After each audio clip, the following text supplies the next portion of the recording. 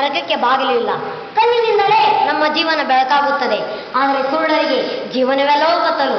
ಶುಭ ಸಂಜೆ ಆದರಣೀಯ ಪ್ರಾಚಾರ್ಯರೇ, ಅಧ್ಯಕ್ಷರೇ, ನಿರ್ಣಾಯಕ ಮಂಡಳಿ, ಗುರುವೃಂದವೇ ಹಾಗೂ ನನ್ನ ಎಲ್ಲ ಪ್ರಿಯ ಸಹಪಾಠಿಗಳೇ, ಇಂದು ನಾನು ವಿದ್ಯಾರ್ಥಿ ಸುನೀಲ್ ಹೊಯ್ಸಳ ಸದನದಿಂದ ನಿಮ್ಮೆಲ್ಲರ ಮುಂದೆ ಕುರುಡರು ಎಂಬ ವಿಷಯದ ಬಗ್ಗೆ ಒಂದೆರಡು ಮಾತುಗಳನ್ನು ಆಡಲು ಬಯಸುತ್ತೇನೆ. ಇಲ್ಲದಿರುವುದಕ್ಕೆ ಕೊರಗುವುದಕ್ಕಿಂತ ಇದ್ದುದರಲ್ಲೇ ತೃಪ್ತಿ ಪಡುವನೇ ನೈಜ ಸುಖಿ ಎಂದ ಹಾಗೆ, ಕುರುಡರು ತಮಗೆ ದೇವರು ಕಣ್ಣು ಕೊಟ್ಟಿಲ್ಲವೆಂದು ದೂಷಿಸದೆ ಚಲನಂತ ಮಲ್ಲನಂತೆ ತಮ್ಮ ಹೆಸರನ್ನು ಅಜರಮರವಾಗಿ ಉಳಿಸಿಕೊಳ್ಳಲು ಪಟ್ಟ ಕಷ್ಟ ನಿಜಕ್ಕೂ ಸ್ಮರಣೀಯ. ಇಂಥ ಶ್ರೇಷ್ಠ ಅಂದರಲ್ಲಿ Louis Braille, Helen Keller, Puttaraja ಗವಾಯಿಯವರು ಅಗ್ರರು. ಕುರುಡರಲ್ಲಿ ಹಲವು ವಿಧಗಳು. ಕೆಲವರು ಹುಟ್ಟುತ್ತಲೇ ಕುರುಡರಾದರೆ ಕೆಲವರು ಹುಟ್ಟಿದ ಮೇಲೆ ಕುರುಡರು. ಹೀಗೆ ನಾವು ಅನ್ವರ್ಥ ನಾಮಗಳನ್ನು ಸೇರಿಸಿಕೊಂಡರೆ ಕೆಲವರು ಕಣ್ಣಿದ್ದು ಕುರುಡರಾಗಿರುತ್ತಾರೆ. ಈಗ ನಾನು ಕಣ್ಣಿದ್ದು ಕುರುಡರಿಗೆ ಉದಾಹರಣೆ ನೀಡಬೇಕೆಂದರೆ, ಇಂದಿನ ಅಶಾಂತಿ, ಗಲಭೆ, ಅನೈಕ್ಯತೆಯನ್ನು ತುಂಬಿದ ಭಾರತಾಂಬೆಯನ್ನು ಮುನ್ನಡೆಸಿಕೊಂಡು ಹೋಗುತ್ತಿರುವ ರಾಜಕಾರಣಿಗಳು ತಮ್ಮ ಕಣ್ಣು ಮುಂದೆಯೇ ಅನ್ಯಾಯ, ಆಕ್ರಮಗಳು ಜರುಗುತ್ತಿದ್ದರೂ ಅದನ್ನು ನೋಡಿ ಸುಮ್ಮನೆ ಕುಳಿತಿರುವ ಪ್ರಜೆಗಳು. ಹೀಗೆ ಕುರುಡರು ಕೂಡ ಮಹಾನ್ ಸಾಧನೆಗಳನ್ನು ಮಾಡಿದ್ದಾರೆ. ಕಲೆ, ಸಾಹಿತ್ಯ, ಸಂಗೀತ, ನಾಟಕಗಳಲ್ಲಿ ಪ್ರಸಿದ್ಧರಾದಂತಹ ಪುಟ್ಟರಾಜ ಗವಾಯಿಯವರು ಗಮನಾರ್ಹರು. ನಾನು ಪುಟ್ಟ, ನನ್ನದೇನಿಲ್ಲ, ಎಲ್ಲವೂ ಗುರುಕರನೇ ಎನ್ನುವವರು 6 ತಿಂಗಳ ಮಗುವಾಗಿದ್ದಾಗ ಅವರಿಗೆ ಕಣ್ಣು ಬೇನೆ ಕಾಣಿಸಿಕೊಂಡಿತು. ಅದರ ಶುಶ್ರೂಷೆಗಾಗಿ ಕೊಟ್ಟ ನಾಟಿ ಮದ್ದಿನ ಪರಿಣಾಮ ಅವರನ್ನು ದೃಷ್ಟಿಹೀನರನ್ನಾಗಿ ಮಾಡಿಸಿತು.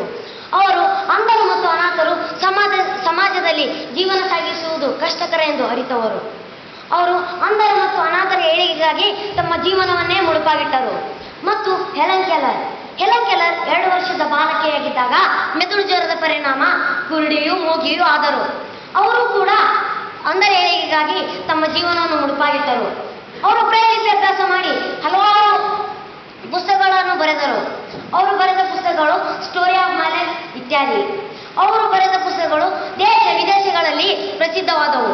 ಅವುಗಳ ಮಾರಾಟದಲ್ಲಿ ಬಂದ ಹಣವನ್ನು ಅವರು ಅಂಧರ ಏಳಿಗೆಗಾಗಿ ಉಪಯೋಗಿಸಿದರು.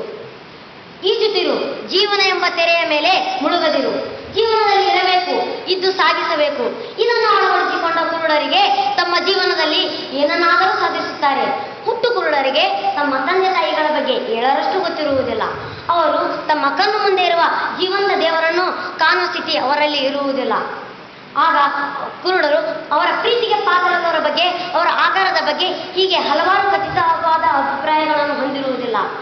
ಕುರುಡರು ಅವರ ರೂಪವೆಂತು, ಬಣ್ಣ ಯಾವುದು, ಆಕಾರ ಹೇಗೆ, ಚರಾಚರ ವಸ್ತುಗಳು ಹೇಗಿವೆ, ಹೀಗೆ ಹಲವಾರು ಖಚಿತವಾದ ಕಲ್ಪನೆಗಳನ್ನು ಹೊಂದಿರುತ್ತಾರೆ. ಒಟ್ಟಾರೆ ಅವರು ತಳಮಾದ ಹೊಳೆಯಲ್ಲಿ ಈಜಾಡುತ್ತಿರುತ್ತಾರೆ.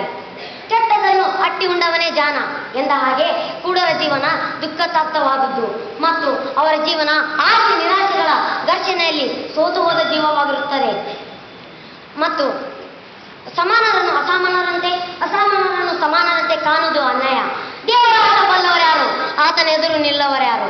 ಹೀಗೆ ನಾವು ಕುರುಡರಿಗೆ ಅವರಿಗೆ ಏನನ್ನೂ ಸಾಧಿಸಲಾಗುವುದಿಲ್ಲ, ಅವರು ಭೂಮಿಗೆ ಭಾರ ಎಂದು ತಿಳಿದುಕೊಂಡು